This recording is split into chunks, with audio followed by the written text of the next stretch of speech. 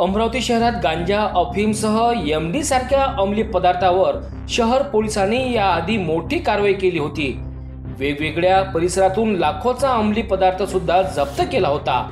शहरातील शाळा महाविद्यालयातील विद्यार्थी नकळत व्यसनाच्या मार्गावर लागून आरोग्यास धोका निर्माण होत आहेत। अशावर आता पोलीस आयुक्त अरविंद चावरिया हे ॲक्शन मोडवर आले असून अंमली पदार्थ विक्री करणाऱ्या विरोधात धडक कारवाईचे आदेश दिले आहेत। अशात आता 17 जून रोजी शहर गुन्हे शाखेच्या पथकाने सापळा रचून लाखोचा परदेशी इलेक्ट्रॉनिक सिगारेटचा मुद्देमाल जप्त करून धडक कारवाई करण्यात आली। कृष्णानगर राहणारा जय लालचंद लोहानी हा कॉटन मार्केट ते जयस्तंभ चौक रस्त्यावर ई सिगारेटचा माल विक्री करीत आहेत अशी माहिती मिळताच पोलिसांनी सापळा रचला।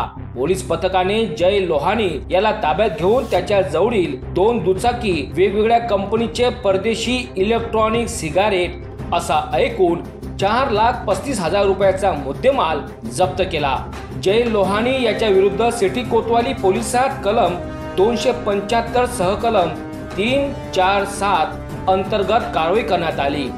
ही कारवाई पोलीस आयुक्त अरविंद चावरिया यांच्या आदेशाने गुन्हे शाखा पोलीस निरीक्षक सीमा दाताळकर यांच्या नेतृत्वात सहाय्यक पोलीस निरीक्षक इम्रान नायकवाडे, सहाय्यक पोलीस उपनिरीक्षक विनय मोहोळ, विनय गुप्ता, पोलीस कर्मचारी छोटेलाल यादव, अजय मिश्रा, मंगेश लोखंडे, मंगेश परिमल, संजय भारसाकळे, नईम बेग, चेतन कराडे, रुपेश काळे, लखन खुशराज, नरेश मोहरील, मयूर बोरकर आणि रामकृष्ण कांगडे यांनी केली आहे।